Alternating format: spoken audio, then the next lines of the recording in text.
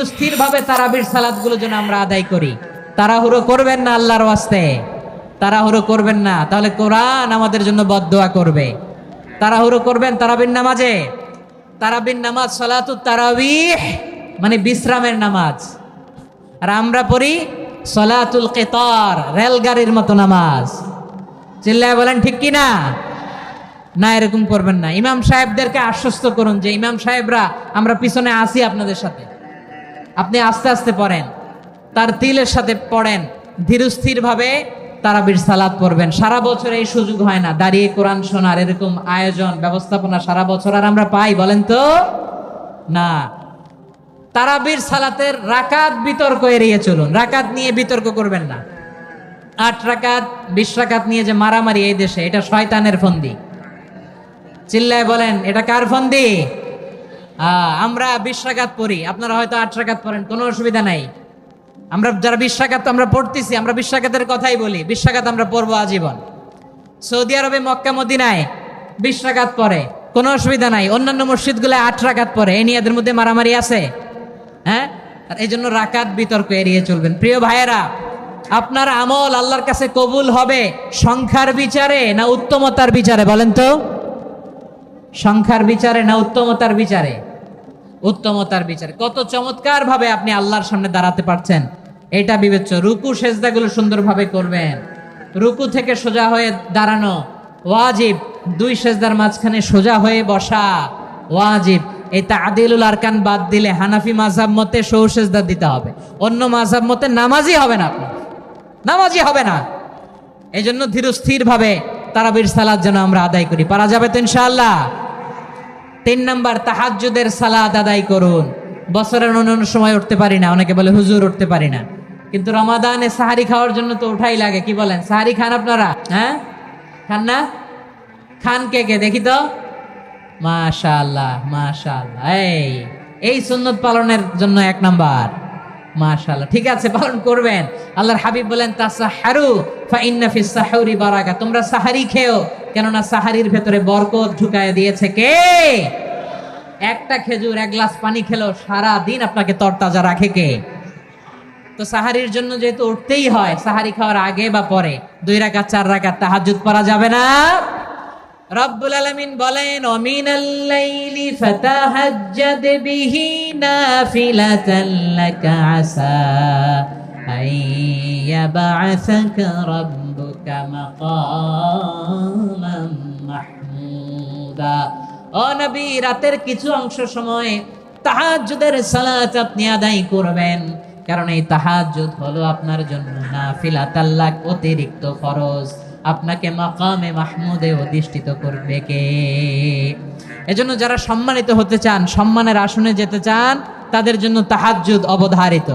আমরা রমজানে সাহারির আগে তাহাজ্জুদ পড়তে চাই কি চাই না? এই নামাজটারে আল্লাহ বড্ড ভালোবাসেন। কেন জানেন? কারণ গভীর ঘুমকে স্যাক্রিফাইস করে আমরা এই নামাজ পড়ি। ঘুমের আরবি জানা আছে কারো? ঘুমরে আরবিতে কি বলে? অনেকগুলো আরবি আছে। একটা আরবি হচ্ছে নুআস, তন্দ্রা, তন্দ্রা, আমানাতান নুআসা কোরআনে এসেছে। আরেকটা আছে ঝিমুনি, ঝিমুনি, এইভাবে ঝিমুনি আসে ঘুমের আগে, এটারে বলে সিনা। এটারে কি বলে? সিনা। স্বাভাবিক ঘুমকে আরবিতে বলে নাউম। স্বাভাবিক ঘুমকে কি বলে? এই সিনা আর নাউমকে আল্লাহ এক আয়াতে এনেছেন, লা তাখুযুহু সিনাতু ওয়ালা নাউম। আল্লাহর তন্দ্রা নাই, ঘুম নাই, ঘুমের আগে যে তন্দ্রা আছে ওইটাও নাই। তাহলে নুআস, সিনা, নাউম পেলাম। আরেকটা ঘুমের আরবি হচ্ছে হুজুদ। চাঁপাইনবাবগঞ্জ আওয়াজ করে বলেন, আরেকটা ঘুমের আরবি কি? হুজুদ। এটা মাঝরাতের ঘুম, শেষ রাতের ঘুম, যেই ঘুমটা বড্ড মজা লাগে। কাঁথা টেনে টেনে, ব্ল্যাঙ্কেট টেনে টেনে আরেকটু ঘুমাইতে মন চায়, আরেকটু, আর 1 মিনিট, আর 2 মিনিট, এরকম একটা মজার ঘুম শেষ রাতে আছে না নাই? এই শেষ রাতের ঘুম, এই হুজুদের ঘুমকে স্যাক্রিফাইস করে যেই সালাত পড়া হয়, ওই সালাতের আরবি নাম হচ্ছে সালাতুল হুজুদ বা সালাতুত তাহাজ্জুদ। চিল্লায় বলেন আল্লাহু আকবার। এজন্য আল্লাহ তাআলা এই তাহাজ্জুদের সালাতকে এত পছন্দ করেন। পড়বেন তো রমাদানে? 4 নম্বরে মুক্ত হস্তে দান করুন, মুক্ত হস্তে দান করুন। ওয়ামা আতাইতুম মিন যাকাতিন তুরিদুনা ওয়াজহাল্লাহি ফাউলাইকা হুমুল মুদঈফুন। তোমরা মনে করো না যাকাত দিলে তোমাদের সম্পদ কমে যায়, এটা ভেবো না, বরং তোমরা আল্লাহর খুশির জন্য যে যাকাত দাও, তারপরে তোমার যে সম্পদ থাকে ওই সম্পদের মধ্যে প্রবৃদ্ধি দান করে কে? আপনি মনে করছেন দিলে কমে? চাঁপাইনবাবগঞ্জের ভাইয়ের আওয়াজ করে বলেন, দান করলে কি সম্পদ কমে নাকি বাড়ে? আওয়াজ করে বলেন, কমে না বাড়ে? বাড়ে। যেটা দান করেন, কামাসালি হাব্বা আম্বাতাত সাবআ সানাবিলা ফি কুল্লি সুম্বুলাতিন মিয়াতি হাব্বা। 1 টাকা দান করলে এটা চারা বীজের মতো, রূপে দিলে 7টা শীষ, প্রতি শীষে হয় 100 শস্য দানা। আল্লাহ যারে চায় এরকম বাড়ায় দেয়, প্রবৃদ্ধি দেয়। সুবহানাল্লাহ। এজন্য মুক্ত হস্তে দান করতে রাজি আছেন? আগে আগে যাকাত ক্যালকুলেট করে রাখেন। আপনার যাকাত বর্ষ যদি পরেও হয়, দেরি করেও হয়, ধরেন যে প্রতি বছর মুহররমে দেন, আপনি আগে দিতে পারবেন। যাকাত অগ্রিম আদায় করা যায়। সুবহানাল্লাহ বলেন। বিষ্ণু ইসা ইসলাম রমাদানে এত দান করতেন, কানা আজওয়াদান নাস, কিন্তু রমাদানে আজওয়াদুন নাস আজওয়াদু বিল খাইরি মিনার রিহিল মুরসালা। প্রবাহিত বাতাসের চেয়ে বিশ্বনবী আরো বদান্যতা বেড়ে যেত।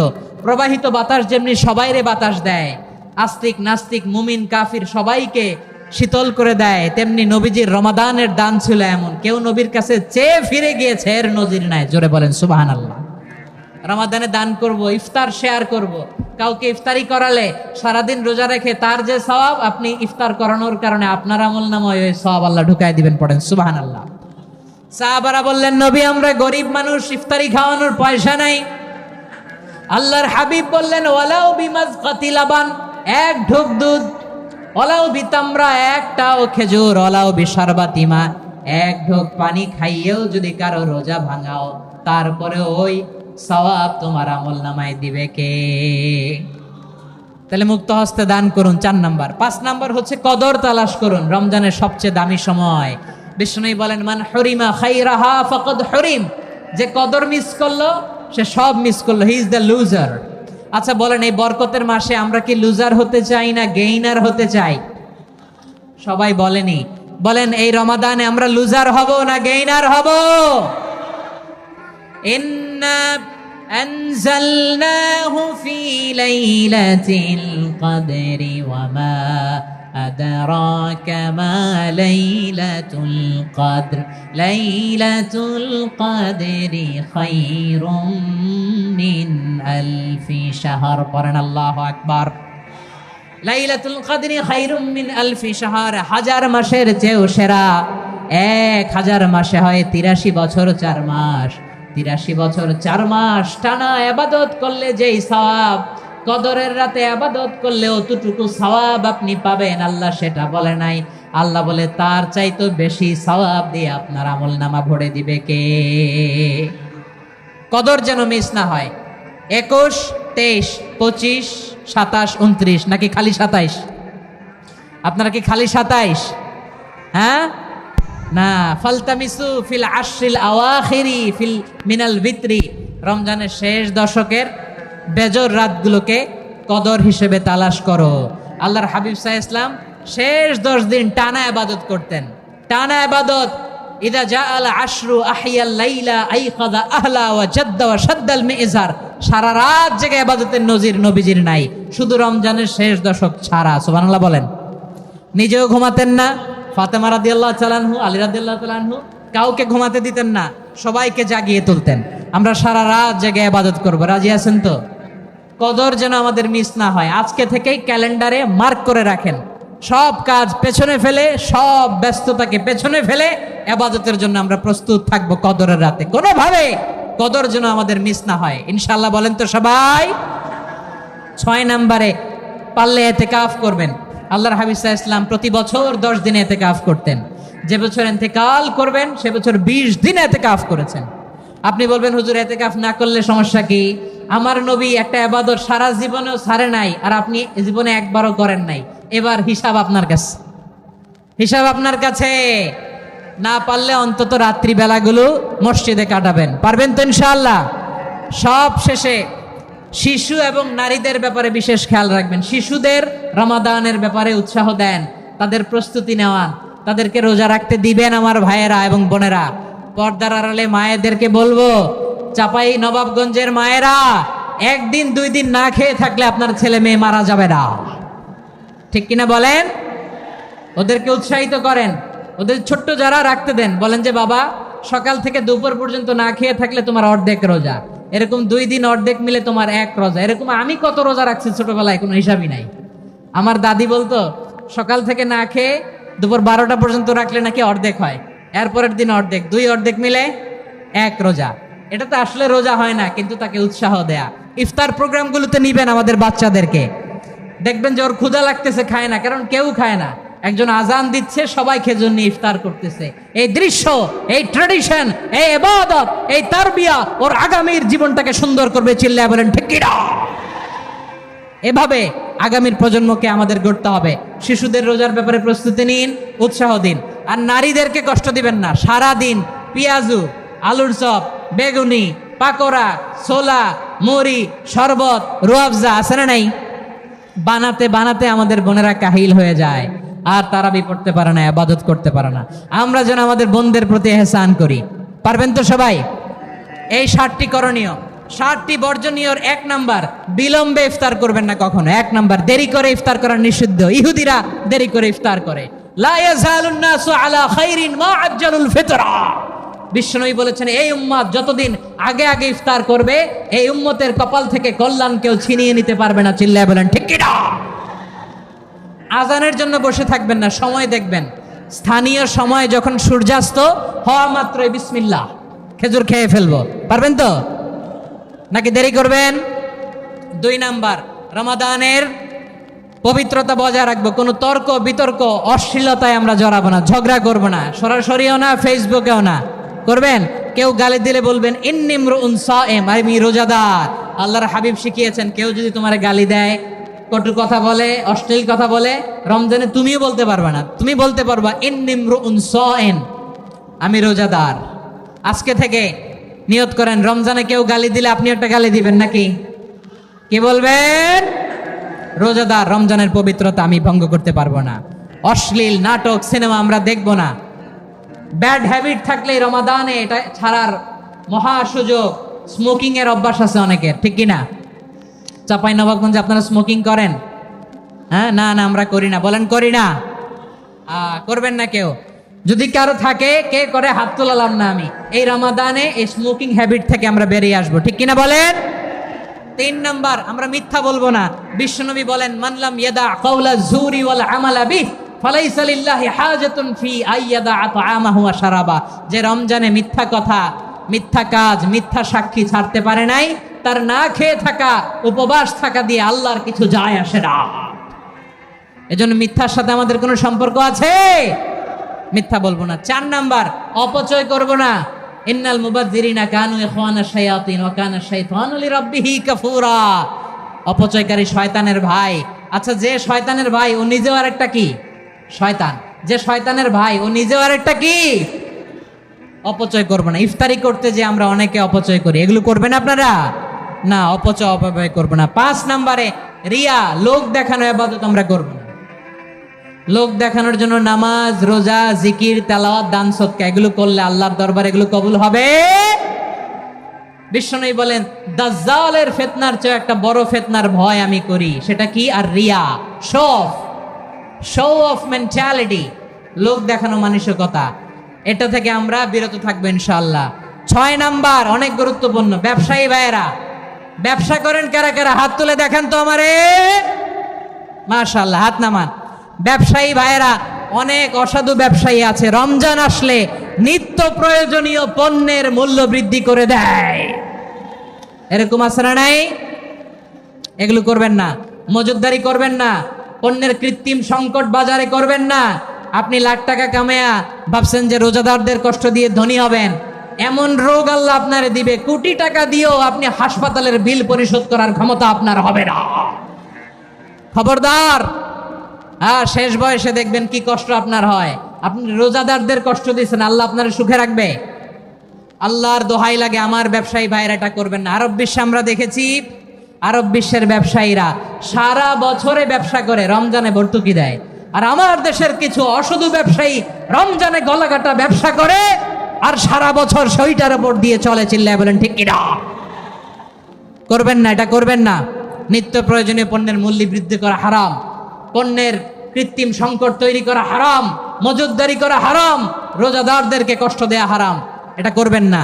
7 নম্বরে সর্বশেষ কথা, অধীনস্থ যারা আছে তাদের কাজের চাপ আপনারা কমিয়ে দিবেন। কাজের লোক, ফ্যাক্টরির ওয়ার্কার, স্টাফ, তাদের প্রতি যদি রহম করেন, আপনার উপর রহম করবে কে?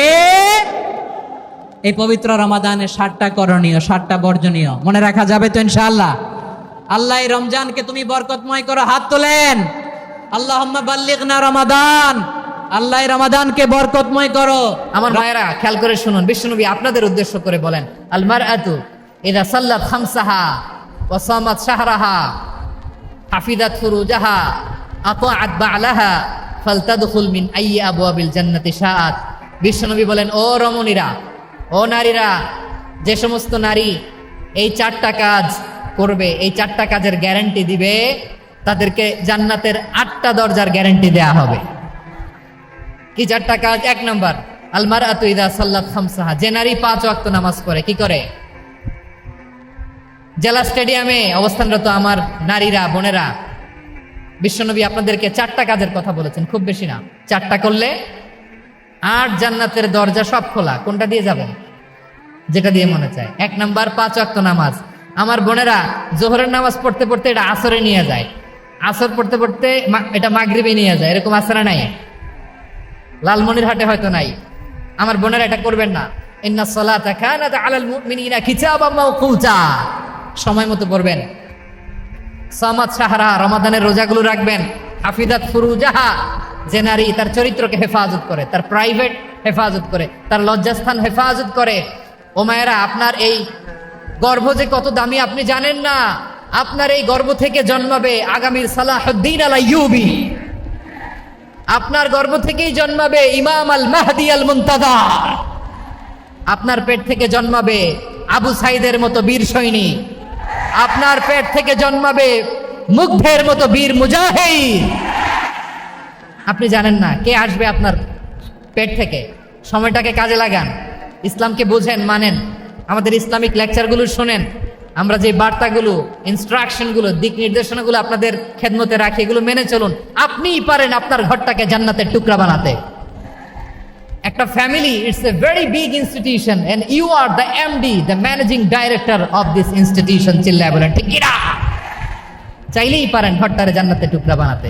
5 ওয়াক্ত সালাত, রমাদানের রোজা, নিজের চরিত্রের হেফাজত, ও আতাআত বা'লাহা, স্বামীর আনুগত্য।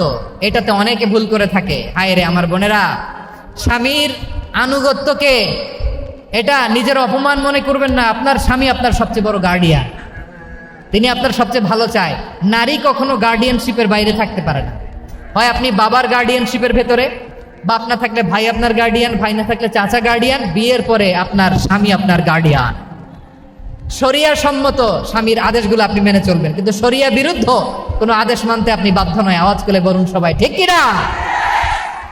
এই 4টা কাজ যদি কোনো নারী করে, বিশ্বনবী বলেন জান্নাতের 8টা দরজা খোলা। তোমার যেটা দিয়ে মনে চায় সেটা দিয়ে জান্নাতে তুমি এন্ট্রি নিতে পারবা। আমরা এখানে লালমনিরহাটের সোহরাওয়ার্দী ময়দানে আজকে যেমন একত্রিত হতে পারলাম, আল্লাহর জান্নাতেও যেন একত্রিত হতে পারে। আল্লাহ তুমি তৌফিক দান করো। আল্লাহ আমার এই কলিজার টুকরা যুবক ভাইদেরকে তুমি ওমরে ফারুকের মতো কবুল করো। জেলা স্টেডিয়ামে অবস্থানরত আমার মা বোনদেরকে তুমি ফাতেমার মতো, খাদিজার মতো কবুল করো। আমাদের কলিজার টুকরা সন্তানদেরকে তুমি সালাউদ্দিন আল আইয়ুবীর মতো কবুল করো। এই যে ইসলামিক সোসাইটি লালমনিরহাটকে আল্লাহ তুমি কবুল করো। আল্লাহ যে কথাগুলো বললাম এগুলো প্রথমে আমাকে, আমার সব ভাইদেরকে আমল করার তৌফিক দান করো। এক ইহুদি কিশোর বিষ্ণু ইসলামের খেদমত করতে, ইহুদি ছেলে আমার নবীর খেদমত করতো। তারা ছিল নবীর প্রতিবেশী। তো অনেক দিন হয় ইহুদি ছেলেটা আসে না। বিষ্ণুনবী খোঁজ দিলেন, ঘটনা কি? একটা ইহুদি ছেলে না আমার খেদমতে আসতো, ছেলেটা কই? খোঁজ নিয়ে জানলেন ছেলেটা অসুস্থ। বিষ্ণু ইসলাম ওই ইহুদির বাড়িতে চলে গেলেন ওই ছেলেটাকে দেখা করার জন্য, ভিজিট করার জন্য। সুবহানাল্লাহ পড়বেন না? গেলেন, যে দেখে ইহুদি ছেলেটা মুমূর্ষ, জান যায় ভাব, বিছানায় পড়ে আছে, তার বাবা দাঁড়ানো। বিশ্বনবী তার মাথার পাশে বসলেন, মাথায় হাত বুলিয়ে দিলেন, আর ছেলেটাকে বললেন আসলিম, হে ইহুদি ছেলে আসলিম, ইসলাম ধর্ম গ্রহণ করো। তো ছোট্ট ছেলে ভাবে আমরা ইহুদি, এখন ইসলাম ধর্ম গ্রহণ করলে আব্বা যদি বকা দেয়, ফানাযারা ইলা ওয়াজহি আবি, ছেলেটা তার বাবার চেহারার দিকে তাকালো, দেখি আব্বা কি কয়। আব্বা যদি বলে তাইলে ইসলাম ধর্ম গ্রহণ করবো। ইহুদি ছেলেটা তার বাবার দিকে যখন তাকালো, ওর বাবা বলে আতি আবুল কাসিম, আবুল কাসিম যা বলে তাই করো। আবুল কাসিম হচ্ছে বিষ্ণু ইসলামের একটা কুনিয়াত, উপনাম। আমার রাসূলের বড় ছেলের নাম ছিল কাসেম। যেমন দেখবেন আমাদের এলাকায় কারো বড় ছেলের নাম যদি হয় আব্দুল্লাহ, এরা আব্দুল্লাহর বাপ বলে ডাকে। কারো বড় মেয়ের নাম যদি হয় ফাতেমা, এরা কি ডাকে? ফাতেমার বাপ বলে না? তো বিষ্ণু ইসলামের বড় ছেলের নাম ছিল কাসেম। ইহুদি বাবা বলল আতি আবুল কাসেম, আবুল কাসেম যা বলে তাই শোনো, মানে মোহাম্মদ যা বলে তাই শোনো। এই কথা শুনে ছেলে সাহস পাইছে, ছেলে আবার পড়তে আরম্ভ করলো আশহাদু আল্লাহ ইলাহা ইল্লাল্লাহ ওয়া আশহাদু আন্না মুহাম্মাদার রাসূলুল্লাহ, পড়েন আল্লাহু আকবার। বিশ্বনবীর আহ্বান শুনে ওই আহ্বানে সাড়া দিয়ে ইহুদি ছেলে শাহাদা পড়ে মুসলমান হয়ে গেল। তার হৃদয়টারে ইমানের নূর দিয়ে আলোকিত করে দিল কে? প্রিয় ভাইরা, এবার রাসূল সাল্লাল্লাহু আলাইহি ওয়াসাল্লাম বের হয়ে আসলেন ঘর থেকে, আর বললেন আলহামদুলিল্লাহিল্লাযী আনকাযাহু মিনান নার, প্রশংসা সে আল্লাহর যে আল্লাহ জাহান্নামে চলে যাচ্ছিল প্রায় এমন একটা লোককে মুহূর্তের মধ্যে কালেমায়ে শাহাদাতের বদৌলতে জান্নাতি বানায় দিলেন। আওয়াজ করে পড়েন সুবহানাল্লাহ। এই হাদিস থেকে আমরা কি শিখলাম? What is the moral of the story? এক নম্বর স্টোরি হলো, প্রতিবেশী ইহুদি হোক হিন্দু হোক, যাবেন, সুসম্পর্ক রাখবেন, উপহার দিবেন, বিপদে পাশে দাঁড়াবেন, তাইলেই তো আপনাদের প্রতি, মুসলমানদের প্রতি তারা আকৃষ্ট হবে, ঠিক কিনা বলেন? আপনি যদি হিন্দুদের সাথে বৌদ্ধদের সাথে নাই মিশেন, নাস্তিকের কাছে নাই যান, তো ইসলামের সৌন্দর্যটা ওরা বুঝবে কেমনে? আমার অনেক হিন্দু পরিচিত ভাই আছে, ওরা আমাদের ইফতারির প্রোগ্রামে এসে একসাথে ইফতারি করে। অনেক মদখোর আমার সাথে বসে একসাথে ডিনার করে, হাফ প্যান্ট পরা, গলায় স্বর্ণের চেইন, হাতে স্বর্ণের ব্রেসলেট, আইসা আমার সাথে ডিনার করছে, আছে এরকম। গাঁজাখোর, আমি বলে আসো, welcome welcome to my dinner, আসো বসো। বসলেই তো আমি ওর ডিএনএ, চিন্তার ডিএনএ চেঞ্জ করে দেওয়ার সুযোগ পাবো, চিল্লায় বলো ঠিক কিনা? আসতে হবে আমার কাছে। Hour door is open, the door of Islam is open 24/7। সব সময় আমাদের ইসলামের দরজা আমার অমুসলিম ভাইদের জন্য খোলা আছে না নাই? এই হাদিস থেকে দুইটা শিক্ষা। এক নম্বর শিক্ষা, প্রতিবেশী মুসলিম হোক অমুসলিম হোক, যান, অসুস্থ হইলে একটু আপেল নিয়ে যান, আঙ্গুর নিয়ে যান, কমলা নিয়ে যান, তাদের সাথে ভালো আচরণ করেন। ইসলামের বিউটি দেখে, সৌন্দর্য দেখে অবাক হবে, নসিব ভালো হলে কোনোদিন কালিমা পড়ে মুসলমান হয়ে যাবে, ঠিক কিনা বলেন? তাহলে অমুসলিমের সাথে ভালো সম্পর্ক। বিশ্বনবী ইহুদির বাড়িতে গেলেন, ইহুদির বাড়ি, আর আমার মুসলমান ভাই আমার কাফের বলে, এরকম আছে না নাই?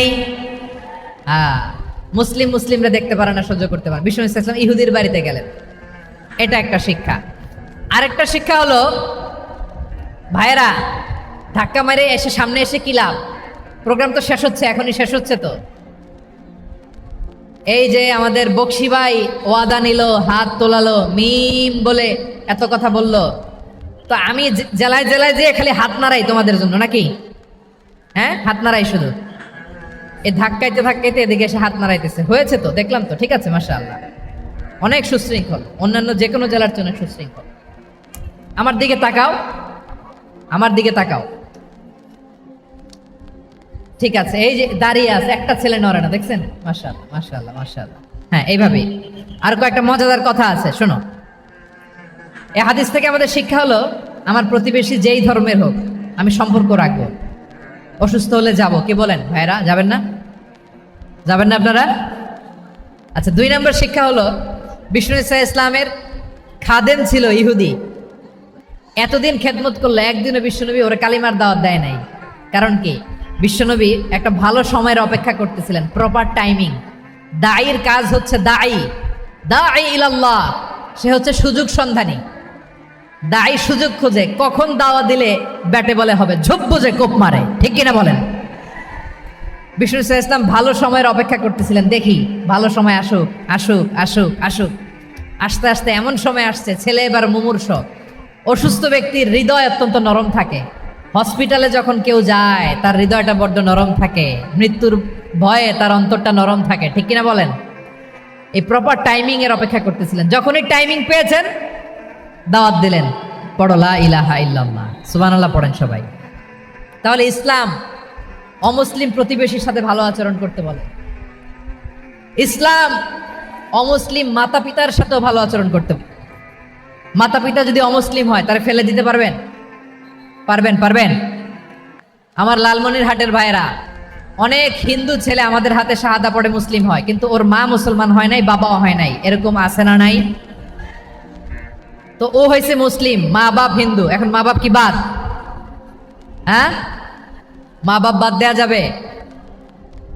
যেই মা আপনারে 9 মাস 8 মাস পেটে ধারণ করলো, আপনার মায়ের নার ছেঁড়া ধন, আপনি ওই মারে বাদ দিতে পারবেন? যেই মায়ের বুকের তাজা দুধ খেয়ে আপনি আজকে বাড়ন্ত তাজা তরতাজা, ওই মারে বাদ দেয়া যাবে? মায়ের এক ধারে দুধের দাম, কাটিয়া গায়ের চাম, পাপোশ বানাইলে ঋণের শোধ হবে না, এমন দরদি ভাবে কেউ হবে না আমার মাগো। মায়ের এক ধারে দুধের দাম, কাটিয়া গায়ের চাম, পাপোশ বানাইলে ঋণের শোধ হবে না, এমন দরদি ভাবে কেউ হবে না আমার মাগো। ঠিক কিনা? মাকে তো বাদ দেয়া যায় না। وَقَضَى رَبُّكَ أَلَّا تَعْبُدُوا إِلَّا إِيَّاهُ وَبِالْوَالِدَيْنِ إِحْسَانًا। আল্লাহ বলে অবধারিত 2টা ভার্ডিক তোমাদের জন্য, এক আল্লাহর ইবাদত করবা আর মা বাবার প্রতি ইহসান করবা। আদেশটা কার? মা বাবার প্রতি ইহসান করতে হবে। আমার মা হিন্দু হোক ভালো আচরণ করতে হবে, বৌদ্ধ হোক ভালো আচরণ করতে হবে। আমার যে সমস্ত হিন্দু ভাইয়েরা মুসলিম হয়েছে, তোমাদের মা বাবা এখনো মুসলমান হয় নাই, তাদের সাথে ভালো আচরণ করতে হবে। আপনাদের খেদমত নিজে করতে হবে অথবা খেদমতের ব্যবস্থা করাই দিতে হবে। মান্থলি যে খরচ লাগে এটা দিতে হবে। আরে তুমি এখন মুসলিম, তোমার মা বাবা হিন্দু, এখনই তো সুযোগ ইসলামের সৌন্দর্য দেখানো। এখন মা বাবা যদি দেখে আরে এটা হিন্দু থাকতে তো বদমাইশ ছিল, বেয়াদব ছিল, কি এমন ধর্ম সে গ্রহণ করলো যেটা গ্রহণের সাথে সাথে সে পাল্টে গেল? কি এমন ধর্ম সে গ্রহণ করেছে যেটা তার জীবনকে আলোকিত করে দিয়েছে? নসিব ভালো হইলে তারাও কালিমা পড়ে মুসলমান হয়ে যাবে। বিষ্ণু ইসলামের স্ত্রীর নাম ছিল আয়েশা রাদিয়াল্লাহু তাআলা আনহা, আবু বকর রাদিয়াল্লাহু তাআলা আনহুর মেয়ে। আবু বকর রাদিয়াল্লাহু তাআলা আনহুর আরেক মেয়ের নাম হচ্ছে আসমা। কি নাম? দুজনই আবু বকর রাদিয়াল্লাহু তাআলা আনহুর মেয়ে, আসমা আর আয়েশা। নাম দুইটা কেমন লাগে? আসমা নামটা কেমন লাগে? আয়েশা নামটা কেমন লাগে? সবার ভালো লাগে নাই? নাম দুটো আপনাদের ভালো লাগে? লালমনিরহাটে অনাগত যদি কন্যা সন্তান হয়, যদি মনে চায় আসমা রেখে দিতে পারবেন, যদি মনে চায় আয়েশা রেখে দিয়েন। দেশে বিদেশে এয়ারপোর্টে রাস্তাঘাটে শুধু বলে হুজুর একটা নাম দেন, আমার ছেলের একটা নাম দেন, মেয়ের একটা নাম দেন। তো আমার মনে আছে যশোরের আদ্দিনের মাহফিলে আমি 1-2টা নাম দিয়েছিলাম। আজকে লালমনিরহাটের এই প্রোগ্রামে কন্যা সন্তান যদি হয় 2টা নাম দিলাম, আসমা কিংবা আয়েশা। ইনশাআল্লাহ পড়েন। দুজন বোন, এক মায়ের না, বাবা এক মা দুজন। আয়েশা রাদিয়াল্লাহু তাআলা আনহার মায়ের নাম উম্মে রুমান, আর আসমা রাদিয়াল্লাহু তাআলা আনহার মায়ের নাম কুতাইলা বিনতে আব্দুল উজ্জা। আবু বকর রাদিয়াল্লাহু তাআলা আনহু 4টা বিয়ে করেছিলেন।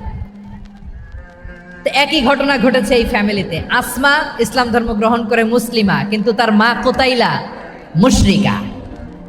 আই রিপিট, বোঝার জন্য আমি আবারও বলি, আসমা রাদিয়াল্লাহু তাআলা আনহা মুসলিমা, আর আসমার মা কুতাইলা, আওয়াজ করে বুঝে থাকলে বলেন, আসমার মা মুশরিকা। তার মানে মেয়ে মুসলিম, মা অমুসলিম। ভেজাল আছে না নাই? কিন্তু কুতাইলা আর ধৈর্য ধারণ করতে পারে না। নার ছেঁড়া ধন, কলিজার টুকরা ধন, কলিজার টুকরা সন্তান। আসমারে দেখতে বড্ড মন চায়। সাইয়েদনা আসমা রাদিয়াল্লাহু তাআলা আনহা মক্কা থেকে হিজরত করে মদিনায় চলে গেলেন হুদাইবিয়ার পর। যখন মক্কা মদিনার ট্রাফিক স্বাভাবিক হলো, মক্কার লোক মদিনায় যায়, মদিনার লোক মক্কায় আসে।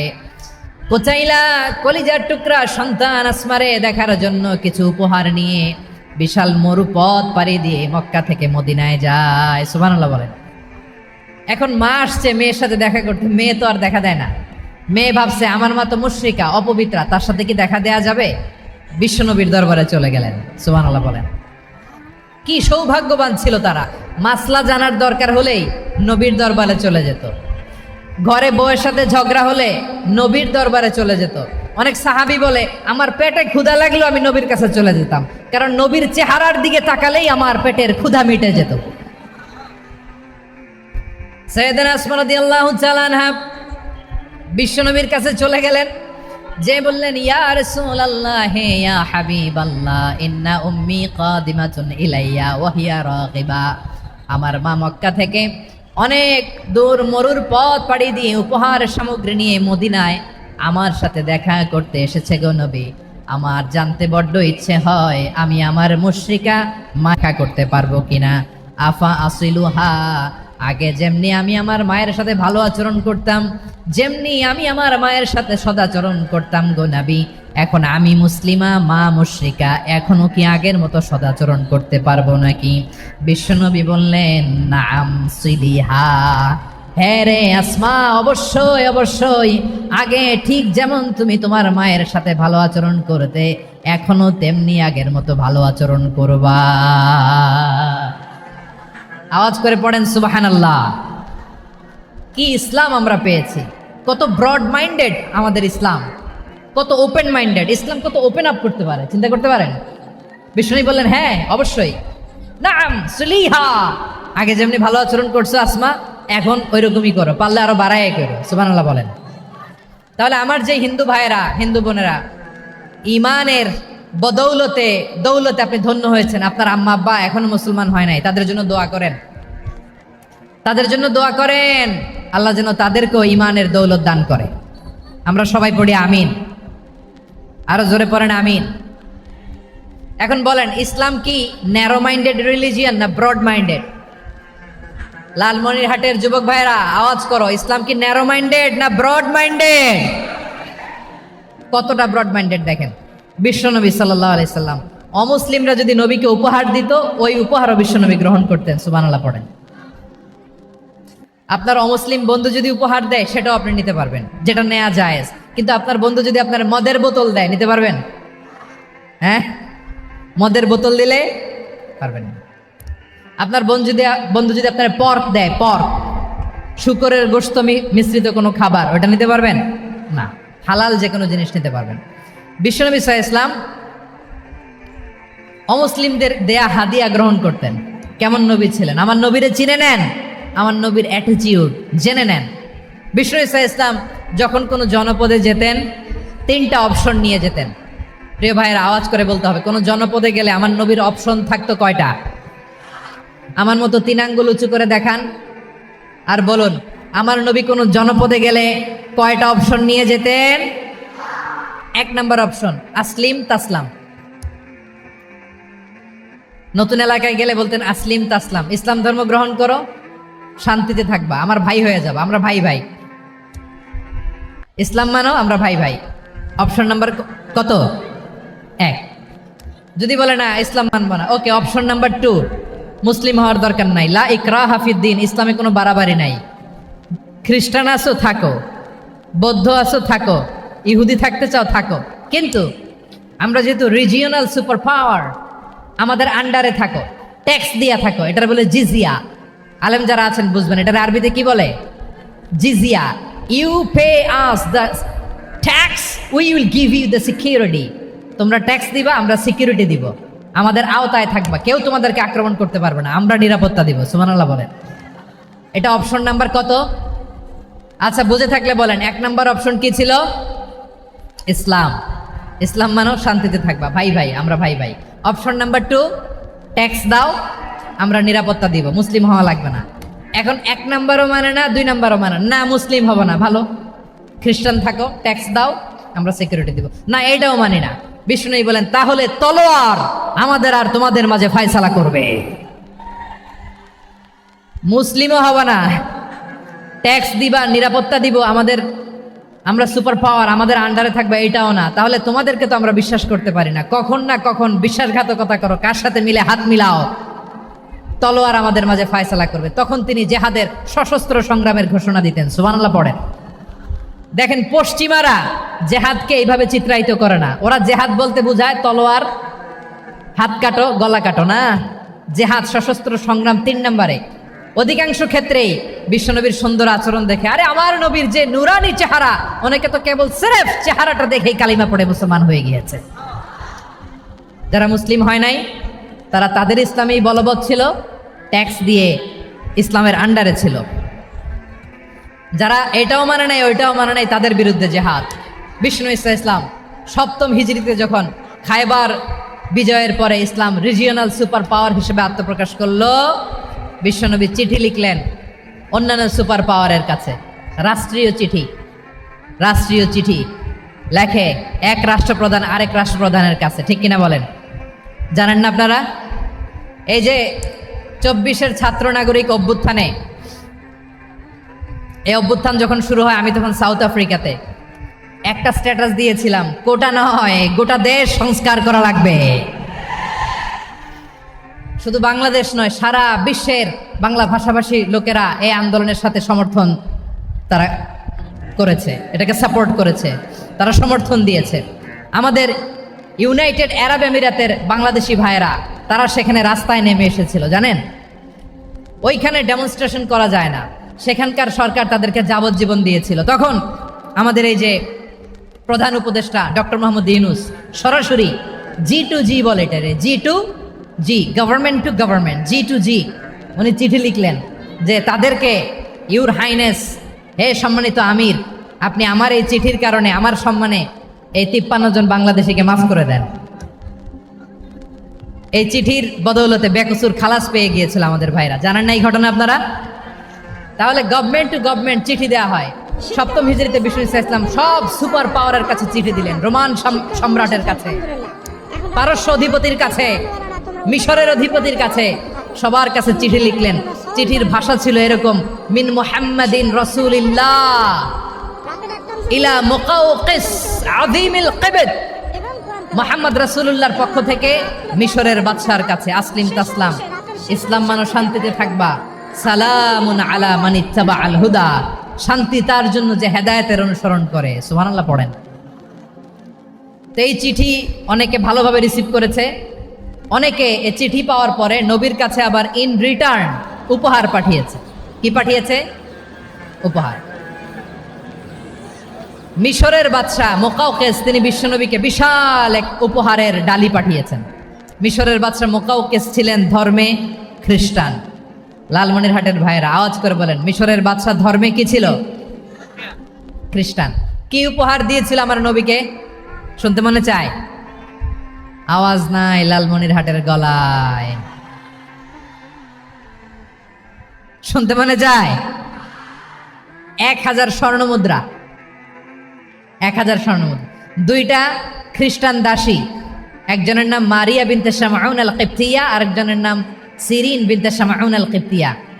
একজন খ্রিস্টান দাস 20 থান কাপড় জামা বানানোর জন্য, আমরা নবী যেন সেলাই করে জামা বানাতে পারে, এই জন্য 20 থান কাপড়, 20 থান ফাইন গার্মেন্ট। সুবহানাল্লাহ পড়বেন না? এরপরে একটা গাধা, যেটার নাম ছিল উফাইর, আর একটা খচ্চর, এটার নাম ছিল দুলদুল। খচ্চর চিনেন? গাধা আর ঘোড়ার ক্রসিং এ যে প্রাণীটা দুনিয়াতে আসে ওটার খচ্চর বলে। তো এই যে সুপার পাওয়ার খ্রিস্টান বাদশার কাছে নবী চিঠি লিখলেন, ওই খ্রিস্টান বাদশা আমার নবীকে উপহার দিল। বিশ্বনবী এই উপহারগুলো সানন্দে গ্রহণ করেছে। সুবহানাল্লাহ পড়বেন না? তাহলে অমুসলিম কেউ যদি আপনাকে উপহার দেয়, হালাল উপহার হলে আপনি গ্রহণ করতে পারবেন। অনুরূপভাবে পারস্যের বাদশাহ, রোম সম্রাট বিশ্বনবীকে উপহার পাঠিয়েছেন। আমার নবী সবগুলো উপহার, গিফট গ্রহণ করেছেন। সুবহানাল্লাহ বলেন। তাহলে প্রিয় লালমনিরহাট, আওয়াজ করে বলুন, ইসলাম কি ন্যারো মাইন্ডেড রিলিজিয়ন না ব্রড মাইন্ডেড? আম্মাজান আয়েশার কাছে মাসালা জানতে চায় মেয়েরা, হে আম্মাজান, অগ্নি উপাসকেরা তাদের ঈদের দিন নওরোজের সময় আমাদেরকে পাখি দেয়, নেওয়া যাবে? উনি বললেন ওরা জবাই করে দিলে নেওয়া যাবে না, কিন্তু ওরা যদি ফলমূল এরকম খাবার দেয় এগুলো নেওয়া যাবে। তার মানে অমুসলিমদের দেয়া উপহার এটা গ্রহণ করা যায়। সুবহানাল্লাহ বলেন। শুধু তাই নয়, বিষ্ণু ঈসা ইসলাম অমুসলিমদের সাথে আর্থিক লেনদেনও করেছেন, ফিনান্সিয়াল ডিলিং করেছেন। অমুসলিমদের সাথে প্রয়োজনে আপনি ফিনান্সিয়াল ডিলিং করতে পারবেন। আমরা প্রায় দেখি বাজারের মিষ্টির দোকানগুলো আমার হিন্দু ভাইদের। লালমনির হাটে মিষ্টির দোকান, দইয়ের দোকান কারা চালায়? হিন্দুরা চালায় না। তারপরে যে বারবার সব চুল কাটে যে নাপিত, অধিকাংশ নাপিতের দোকানে কারা? আমার হিন্দু ভাইরা। তা আপনি চুল কাটতে পারবেন কিনা? পারবেন কিনা বলেন? পারবেন। তার দোকান থেকে দই মিষ্টি কিনতে পারবেন কিনা? হ্যাঁ, আমার মুসলিম ভাইয়ের দোকান থাকলে ওইটারে আমি বেশি প্রায়োরিটি দিব, ঠিক কিনা? কিন্তু যদি তাদের সার্ভিস নিতে চান, প্রোডাক্ট নিতে চান, পারবেন। তার দলিল সহিহ বুখারী, আম্মা জান আয়েশা রাদিয়াল্লাহু তাআলা আনহা বলেন, ইশতারা রাসূলুল্লাহ সাল্লাল্লাহু আলাইহি ওয়াসাল্লাম মিন ইয়াহুদিয়িন তুআমান ওয়া রাহানাহু দিরআহু মিন হাদিদ। রাসূল সাল্লাল্লাহু আলাইহি ওয়াসাল্লাম এক ইহুদির কাছ থেকে, কার কাছ থেকে? সবাই বলে নাই কার কাছ থেকে? আমার নবী, পেয়ারা নবী এক ইহুদির কাছ থেকে জব কিনেছিল। জব, বার্লি, যেটা দিয়ে রুটি বানায়। ওই জবের দাম দেওয়ার টাকা পয়সা নবীর কাছে ছিল না। ফলে নবী ওনার একটা পোশাককে মর্গেজ রেখেছিলেন, মর্গেজ, বন্ধক, যে এখন এটার দাম দিতে পারবো না, কয়েক কেজি বার্লি নিয়ে যাই আর বন্ধক হিসেবে আমার জামাটা রেখে গেলাম, যেই দিন দাম দিব ওই দিন জামাটা ছুটায় নিয়ে যাব। সুবহানাল্লাহ পড়বেন না? বাকিতে নিছিলেন, বাকিতে। দিরআহু মিন হাদিদ, লোহার তৈরি বর্ম, মানে যুদ্ধের পোশাক, লোহা দিয়ে বানানো। বিষ্ণুনবী বললেন, কয়েক কেজি জব দাও, টাকাটা পরে দিব, এখন টাকা নাই, বন্ধক হিসেবে, মর্গেজ হিসেবে আমার জামা রেখে গেলাম, যখন টাকা দিব জামা ছুটায় নিব। আওয়াজ করে বলতে হবে সুবহানাল্লাহ। এ থেকে বোঝা গেল অমুসলিমদের সাথে ফিনান্সিয়াল ডিলিং করা যায়, অর্থনৈতিক লেনদেন করা যায়, কেনাবেচা করা যায়, প্রোডাক্ট কেনা যায়। এমনকি আমাদের মসজিদে নববীতে বারান্দায় আপনার একটা অটোমেটিক ফ্লাইং আমব্রেলা দেখছেন? সূর্য যখন বাড়ে মসজিদে নববীর বারান্দায় ইয়ার্ডের মধ্যে অটোমেটিক্যালি কিছু আমব্রেলা আছে, সাঁ করে খুলে যায়, আর সূর্যের তাপ লাগে না। আবার সন্ধ্যাবেলায় এই আমব্রেলাগুলো ওরা ক্লোজ করে ফেলে, দেখেন নাই না? দেখছেন? এই মসজিদে নববীকে সর্বোচ্চ উন্নত মানের কনস্ট্রাকশন ইনফ্রাস্ট্রাকচারে ডেভেলপ করার জন্য কর্তৃপক্ষ কিছু অমুসলিম ইঞ্জিনিয়ারের, ডিজাইনারের সহায়তা নিয়েছিল। সুবহানাল্লাহ বলেন। কোন দলিলের ভিত্তিতে? এই দলিলের ভিত্তিতে যে বিষ্ণু ঈসা ইসলাম অমুসলিমদের সাথেও লেনদেন করেছেন। আওয়াজ করে বলতে হবে আল্লাহু আকবার। শুধু তাই নয়, ইন কেস অফ ইমার্জেন্সি, প্রয়োজনে ইসলামের খাতিরে, ইসলামকে সামনের দিকে এগিয়ে নিয়ে যাওয়ার জন্য অমুসলিমদের সাপোর্ট নেওয়া জায়েজ আছে। সুবহানাল্লাহ বলেন।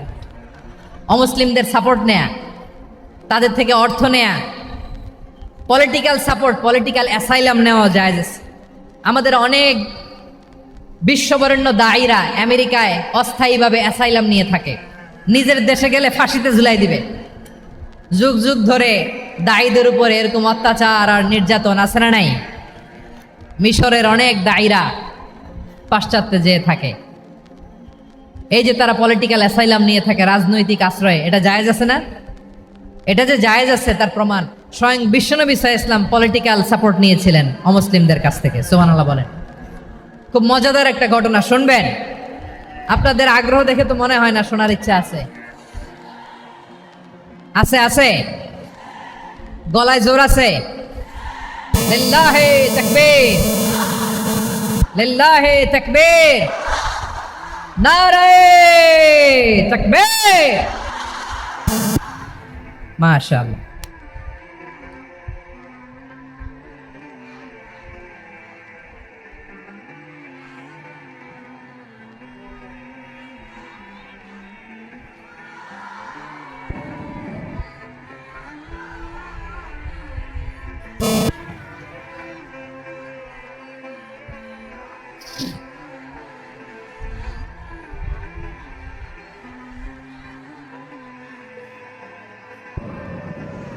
মাশাআল্লাহ, মাশাআল্লাহ।